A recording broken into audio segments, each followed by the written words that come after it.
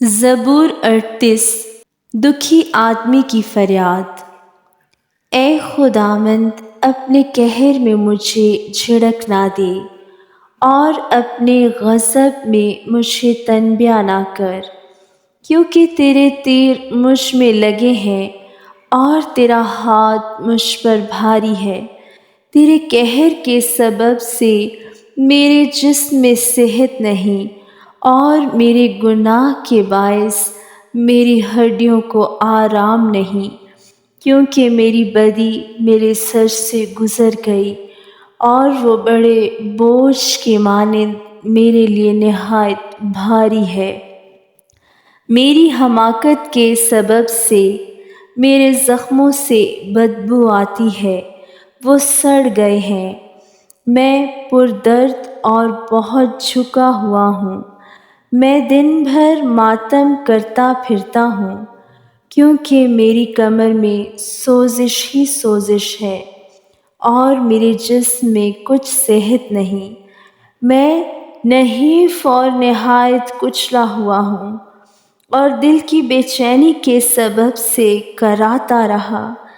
اے خداوند، میری ساری تمنا تیرے سامنے ہے، اور میرا کرانا تجھ سے چھپا نہیں۔ میرا دل دھڑکتا ہے، میری طاقت گھٹی جاتی ہے، میری آنکھوں کی روشنی بھی مجھ سے جاتی رہی۔ میرے عزیز اور دوست میری بلا میں الگ ہو گئے، اور میرے رشتہ دار دور جا کھڑے ہوئے۔ میری جان کی خواہاں میرے لیے جال بچھاتے ہیں، اور میرے نقصان کے طالب شرارت کی باتیں بولتے اور دن بھر مکر و فریب کے منصوبے باندھتے ہیں۔ پر میں بہرے کی مانند سنتا ہی نہیں، میں گونگے کی مانند منہ نہیں کھولتا، بلکہ میں اس آدمی کی مانند ہوں جسے سنائی نہیں دیتا، اور جس کے منہ میں ملامت کی باتیں نہیں۔ کیونکہ اے خداوند، مجھے تجھ سے امید ہے۔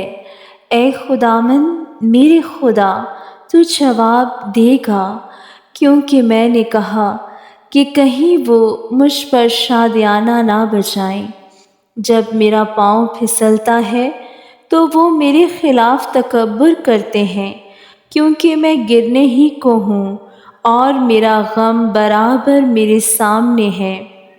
اس لیے کہ میں اپنی بدی کو ظاہر کروں گا، اور اپنے گناہ کے باعث غمگین رہوں گا۔ لیکن میرے دشمن چست اور زبردست ہیں، اور مجھ سے ناحق عداوت رکھنے والے بہت ہو گئے ہیں۔ جو نیکی کے بدلے بدی کرتے ہیں، وہ بھی میرے مخالف ہیں، کیونکہ میں نیکی کی پیروی کرتا ہوں۔